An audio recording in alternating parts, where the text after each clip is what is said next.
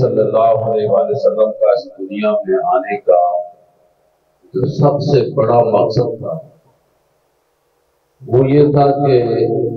افراد سازی، انسان سازی، کہ ایک کمہار جو ہے وہ مٹی تو ایسی شیپ دیتا ہے کہ وہ برتن بن جاتا ہے، وہ لوہے کا ہو، پیتل کا ہو، سونے کا ہو۔ بڑی سے بڑی جو مشینری ہے، جہاز، سمندر، بڑی بڑی بلڈنگ، یہ انسان کے ذہن میں ان کی تعمیر کو، ان کے وجود کو حقیقی شکل دی۔ تو کریم آقا صلی اللہ علیہ وآلہ وسلم اکیلے نکلے تھے، لیکن چلتے چلتے وہ قافلہ 1 سے 2،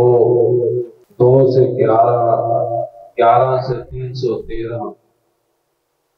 اور پھر وہ قافلہ چلتے چلتے محدثین، محققین اس بات کو لکھتے ہیں کہ نبی پاک صلی اللہ علیہ وآلہ وسلم کا جب ظاہری طور پر وصال ہو گیا تو اس وقت 1 لاکھ سے زائد صحابہ نے آپ کی زیارت کی، آخری دیدار ظاہری طور پہ کیا، اور عمر دیکھیں کتنی آپ کی۔ آج بھی لوگ 80، 100 سال، 105 سال کی عمر میں فوت ہوتے ہیں، اور اللہ کے نبی صلی اللہ علیہ وآلہ وسلم کتنی ایک چھوٹی عمر میں چلے جاتے ہیں بظاہر، اور وہ عمر کے جس عمر میں آپ نے رہتی دنیا کو ایسے ایسے چیزیں فراہم کی، ایسے ایسی چارٹر اور ڈیمانڈ پیش کی ہے کہ جس کے اوپر چلتے ہوئے ہم کائنات کے اندر سرخرو ہو جاتے ہیں۔ اور جو شریعت ہے اس کے اندر داڑھی کی ضرورت بھی ہے، ٹوپی کی ضرورت بھی ہے، امامہ شریف کی ضرورت بھی ہے، برقعے کی ضرورت بھی ہے، 5 وقت نماز کی ضرورت بھی ہے، لیکن یہ جن باتوں کا میں نے ذکر کیا ہے یہ ٹوٹل 5% اسلام بنتا ہے، کم و بیش۔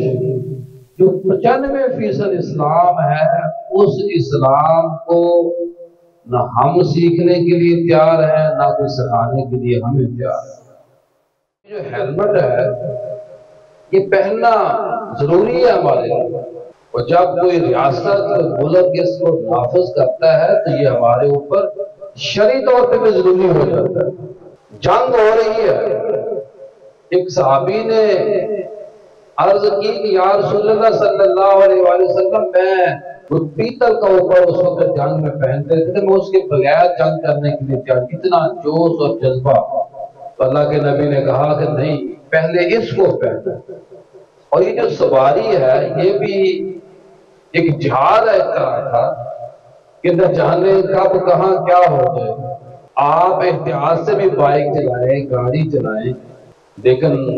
قدرت کو ممکن ہے اگلا جو بندہ ہے وہ پہ آپ کے علاوہ وہ آپ کے ساتھ ایسا ایکسیڈنٹ کر دے، کسی کی بریک فیل ہو جائے۔ تو اس لیے بھائیو یہ جو ہیلمٹ آج تک سر کی ہو رہی ہے یہ بھی شرعی طور پر آپ کے اوپر لازم ہے، اور اسی طرح جو ریاست نے قوانین بنائے ہیں، ٹریفک قوانین، ان کے اوپر چلنا آپ کے اوپر واجب ہے۔ اور جب آپ کے پیچھے ایمبولنس آ رہی ہو تو اس وقت آپ کو ہنگامی بنیادوں کے اوپر اس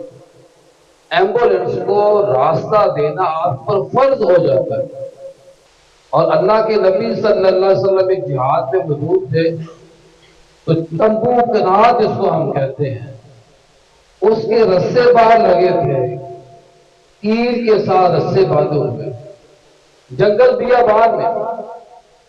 تو میرے نبی نے کہا ہے میرے صحابہ راستے کا حق ادا کرو، پہلے اس رسے کو، اس کیل کو اندر کرو، کہیں اس راستے کی حق تلفی کی بنیاد پر میں سمجھانے کے لیے عرض کر رہا ہوں کہ کہیں اللہ آپ کا جہاد منظور نہ۔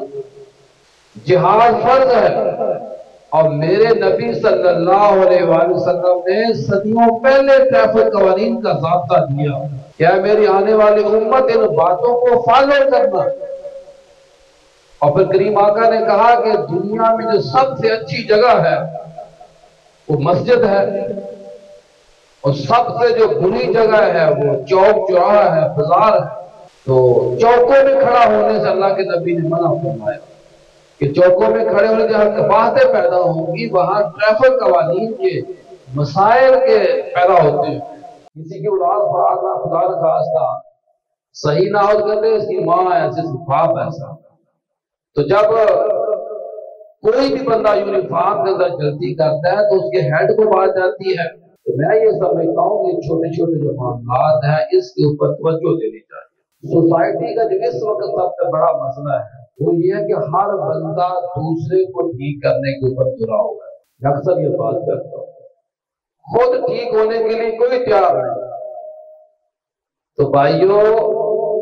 بہنوں، بیٹیوں، بے شک دنیا ٹھیک ہو نہ ہو، غلطیاں سب سے ہوتی ہیں، لوگ ٹھیک ہو نہ ہو، آپ ٹھیک ہو تو میں ٹھیک ہو جاؤں گا، تو اس سے سوسائٹی کے اوپر اثر آئے گا۔ جب آپ خود ٹھیک نہ ہوں اور دوسروں کو ٹھیک کرنے کے بارے میں سوچتے رہیں تو پھر معاشرے کے اندر تبدیلی نہیں آتی۔ تبدیلی مجھ سے آنی ہے، جبکہ دوسرے کی طرف انگلی کرنا بڑا آسان ہے، ایسے کرنا آسان ہے، ایسے کرنا مشکل ہے۔ تو ہمیں اس بات کو فالو کرنا ہے، اس بات کو یقینی بنانا ہے کہ سب سے پہلے ہم اپنے آپ کو ایسے دیکھیں۔ جب میں اور آپ شیشے کے سامنے کھڑے ہوں